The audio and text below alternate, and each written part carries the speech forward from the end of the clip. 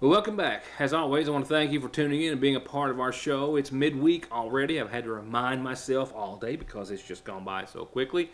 Nevertheless, we've got a lot of news to cover this evening, and as is quite often the case, my day shifted very early, and scheduled headlines, some of which I spoke about last night, we're still working on and still will have. However, I received a very interesting phone call, actually one to our editor here at the Sagersville Independent, about a recent story that has now turned into another story, and it's a very good positive story that I think will result definitely for Floyd County. And now it looks as though, if there's some interest in what I'm about to share with you in just a few moments, for Magoffin County as well, after shedding the light on the homeless situation here in Magoffin County by a story written by our editor Heather Oney, they being a group that I'll tell you about in just a second, wanting to include Magoffin County into their already well-established plans. I've been working on it for more than a year, to putting a homeless shelter here in the area, and now this has kind of inclined them to put it closer to the Magoffin-Floyd County line as a result of that story.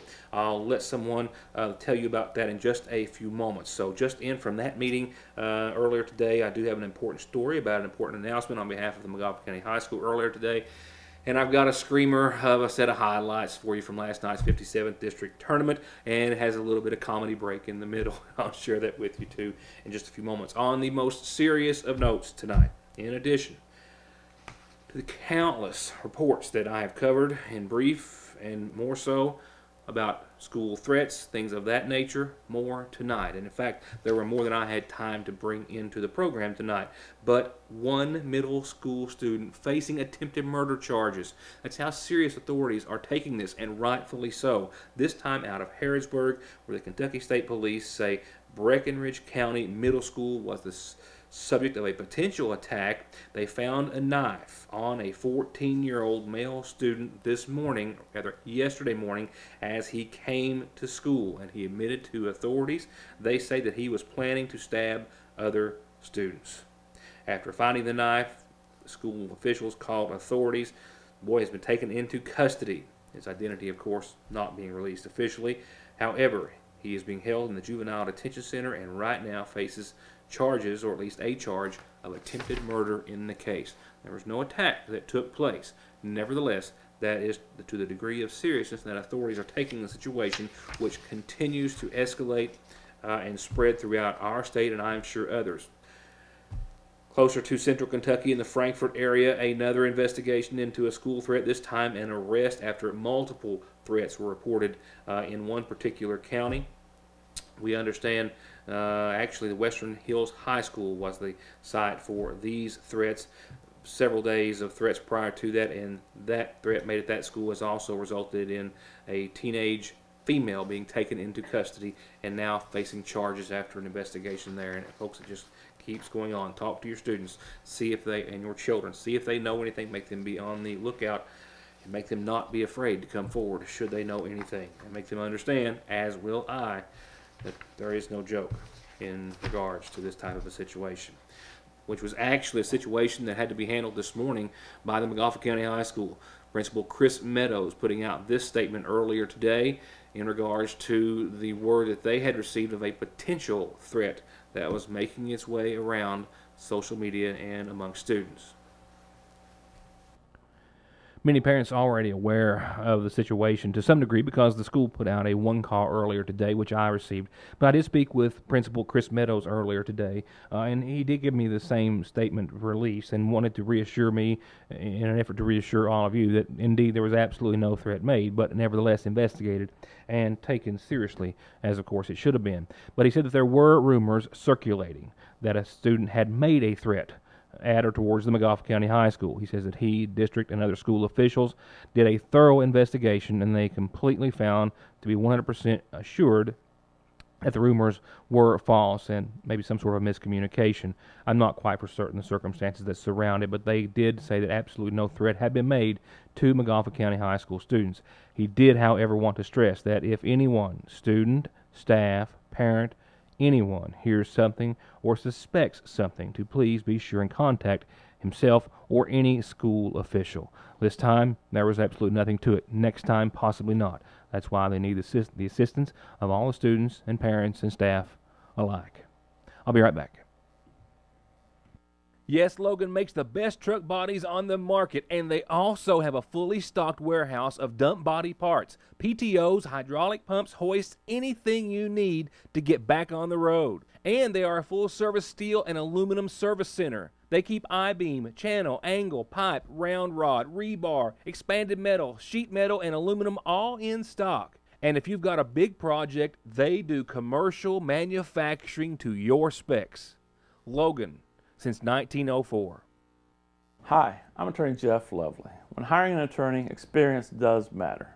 For over 20 years, I've been representing clients throughout Eastern Kentucky. We are a full-service law firm, representing clients who've been injured in car accidents or at work, representing clients who need to file bankruptcy, representing clients who've been charged with a crime. For all your legal needs, contact my office when it matters. We have 2 locations for your convenience. In Sayersville at 349-4522 and West Liberty at 743-1965. The flu has now reached epidemic proportions, and if you aren't or haven't been sick, odds are you will be. And Parkway Pharmacy has exactly what we all need to fight it and any other cold or illness. From immune boosters for adults and children as young as 2 to all-natural homeopathics made right here in the United States of America. They can help prevent you from getting sick or get you fast relief if you already are. With great tasting and easy-taking gummies, powdered mixes, rapid melting fruity tablets, and syrups at Parkway Pharmacy.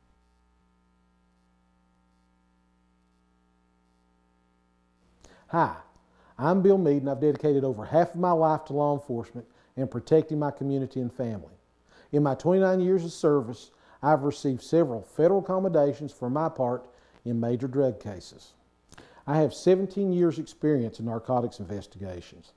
10 of those years as a sergeant with the Kentucky State Police, Drug Enforcement Special Investigations East Unit. I've received the highest level of training in criminal investigations, and I know exactly what it takes to successfully see a criminal case through the state and federal court systems. As your Magoffin County Sheriff, I will review every investigation and ensure that you're treated with respect and dignity. My name is William Bill Mead, number 3 on the ballot, but number 1 for Magoffin County. Thank you. My dad, Philip Chubb Allen, was an appliance repairman who many of you knew. He instilled in me the values of honesty and integrity and to always keep your word.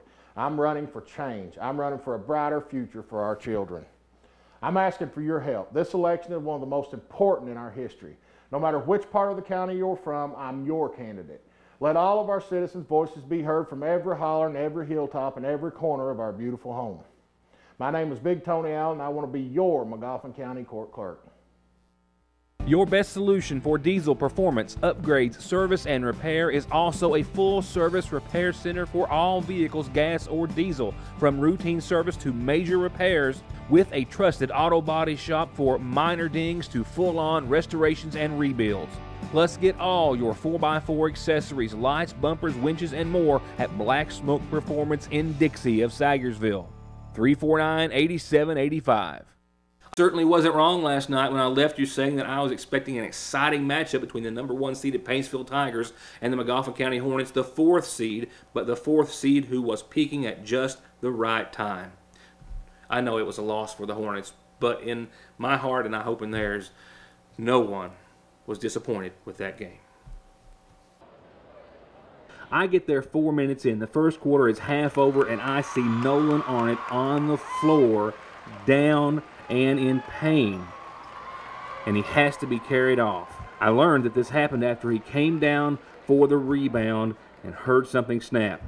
Right now, they believe it's possibly a torn ACL. And he, of course, was out the rest of the game and will be down physically in that respect for quite some time until he recovers. And at the same time, Paintsville's already amassed a 7-0 lead over Magoffin County. And you can make that 9 after a no walk. Look at this. But this basket by Paintsville, and after this one of a night of mad scrambles for the ball. What you expect in the 57 district tournament, Mason Lovely gets Magoffin County's first 2-point bucket. Then Brady Whitaker cuts the Tiger lead to 6. And on the other end, Coach Castle looks dumbfounded after referee Bobby Hackworth's call on Brady Whitaker. .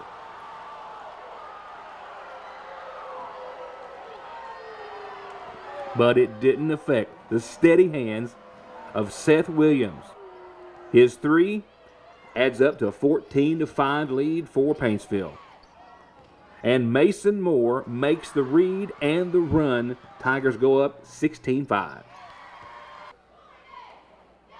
And that's where the first quarter will end.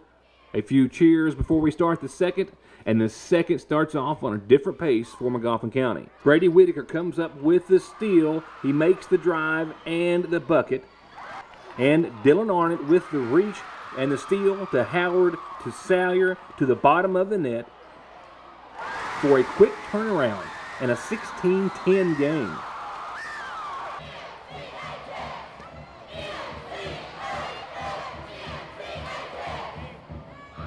Here's Dylan with another takeaway to Howard, to Salyer again, and he stops, sees Whitaker in position to take the scoring position, and McGoffin County comes alive and is only down 4, 1:13 to go in the first half. But the Tigers are the number 1 seed for a reason. Mason Moore takes the ball, sidesteps Howard, and drains the three. And on the next possession, a steal from behind with the tap and the takeaway and the perfect left-hander. And Paintsville jumps back out to a 21-13 lead in an instant halfway through the second quarter. Down to 1:49 in the first half. Hornets work their way back to within 7 when Logan Lovely pulls one down, pushes it out to Brady, who makes magic happen under the Hornets' goal. And right after, Paintsville inbounds, and Allen makes his own magic. And a killer half will end 29-23 Paintsville. Dylan Arnott starts things off in the third with a loose ball and a basket for a 4-point game. And Morgan Howard, seen here, cuts it to 3 with a 1 of 2. And this is another example of the back and forth excitement we got to see pretty much all night long.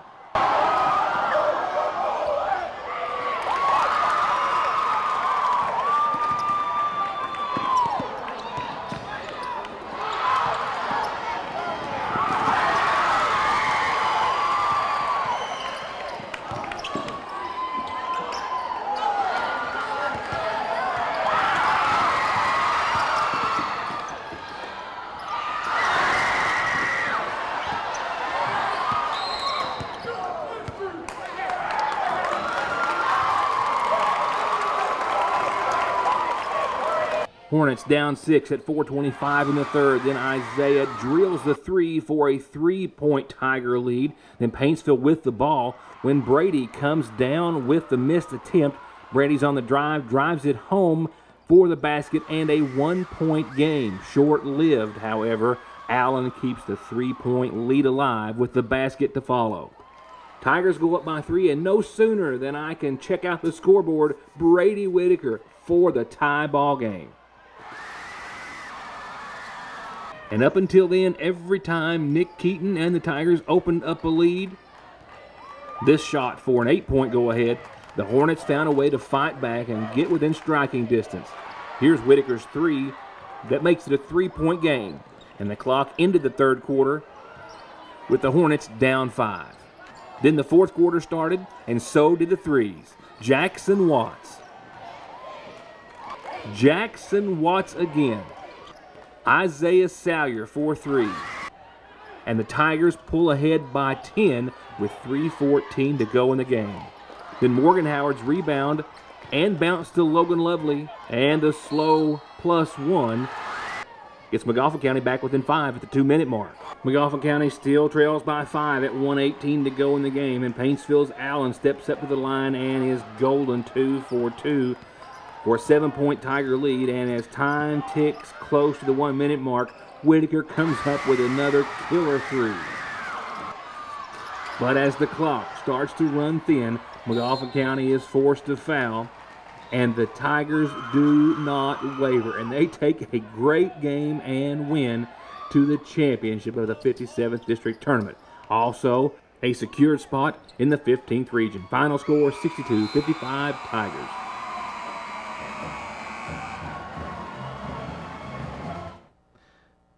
They'll, of course, go on to face the winner of tonight's Johnson Central-Sheldon Clark matchup. McGoffin County wrapping up at 9-20, but notably winning their last four of their last 7. I'll be right back. A new inventory perfect for the season at Parkway Gun and Pawn. Gas and electric space heaters, chainsaws to make your own heat, battery chargers, generators, snow blowers, and everything you need for the winter. And of course, jewelry, guns, games, TVs, electronics, and more. And of course, they'll loan you cash on anything worth $1 at Parkway Gun and Pawn. 349 Pawn.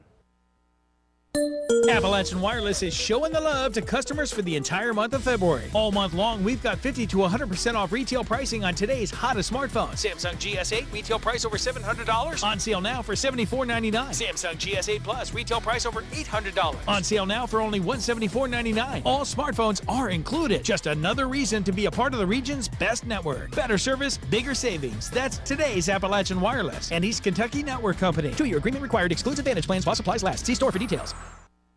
To all of her current and future patients, Hope Family Medical Center and Big Sandy Healthcare are proud to announce that pediatrician Dr. Leslie Ann Dotson has joined Big Sandy Healthcare's new Physicians for Women and Families complex in Oxshire, where she's now a part of a team of 3 OBGYNs, 2 family medicine physicians, and their nurse practitioners.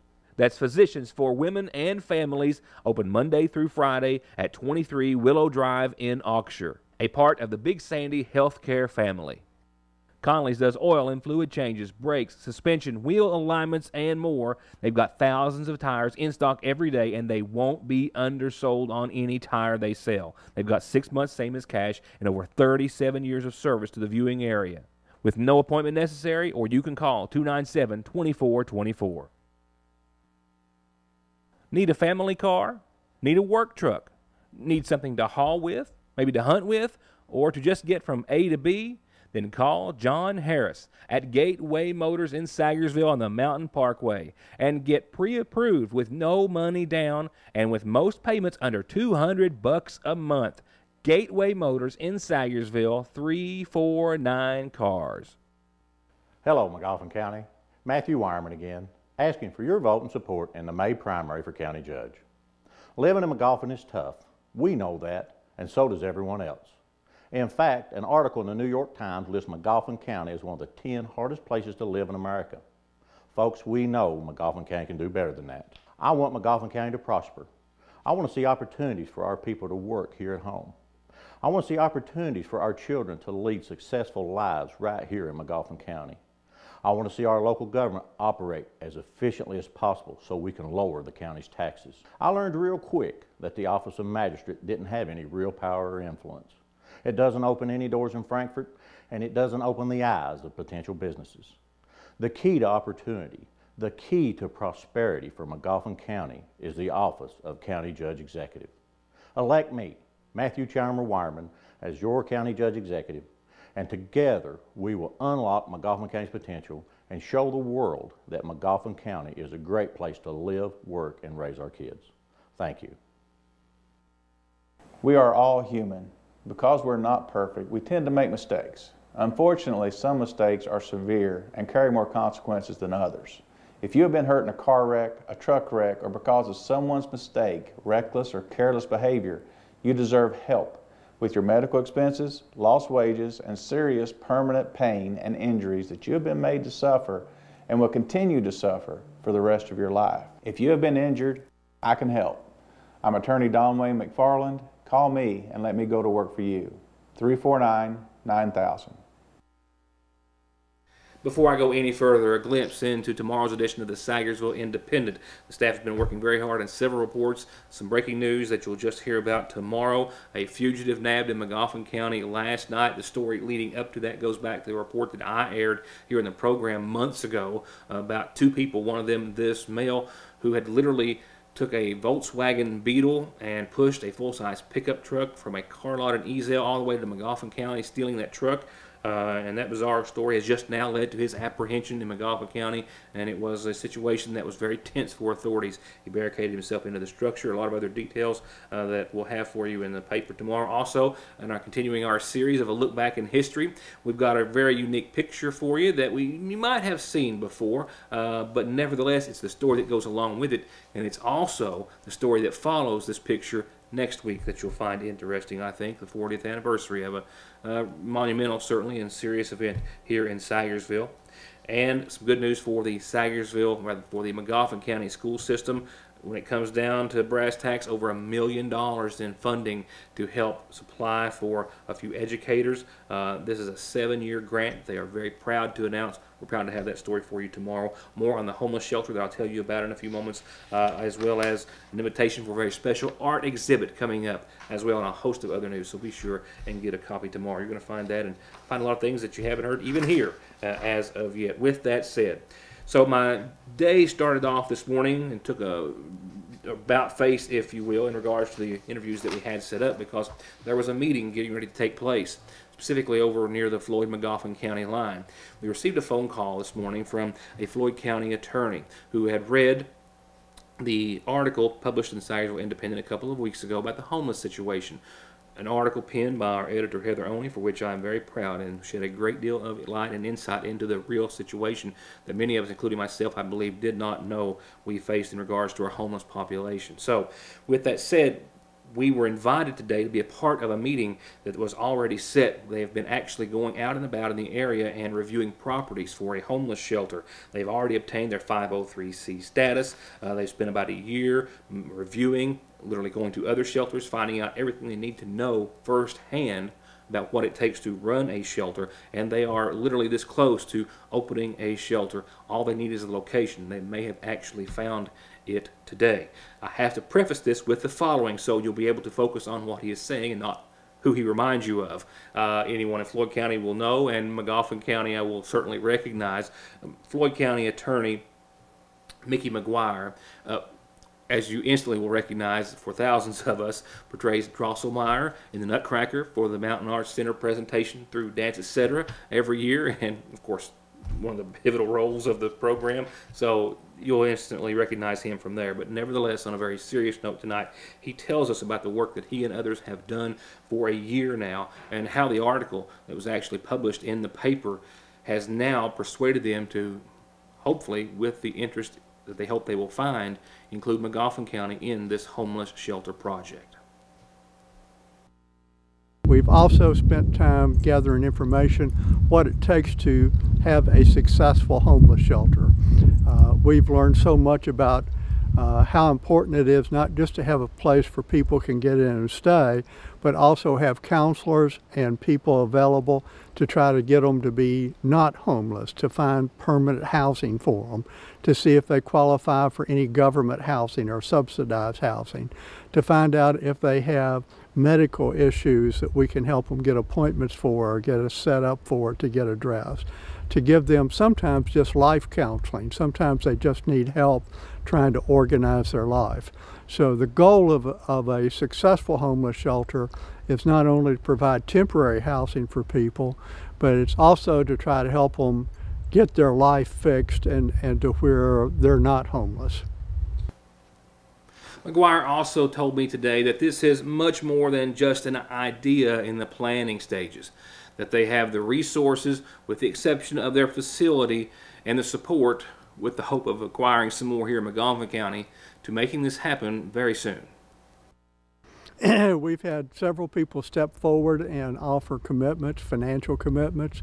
We've run a 5K to help raise money to pay expenses to get this far. We run it every fall in October, and we're continuing to raise money. We have some people that have promised if we can get a building, a facility, that they would come forth with substantial contributions to help us get going.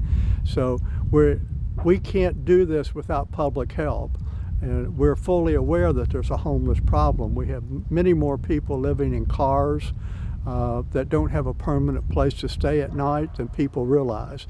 And in the eastern Kentucky, our homeless problem is so different than in Lexington.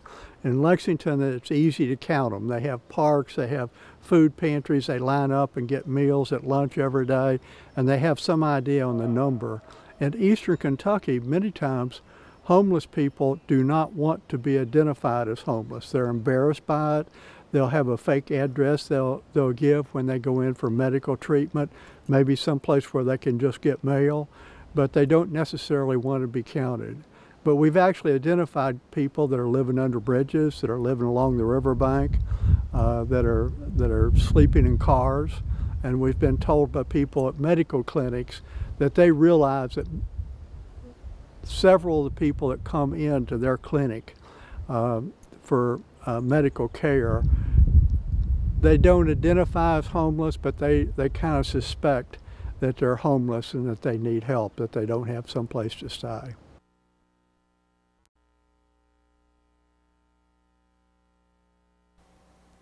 And just going back to the story that we ran on the homeless situation here in Magoffin County, it turns out that my editor Heather Oney's story on the homeless about 2 weeks ago caught the attention of those organizing the Floyd County Animal Shelter.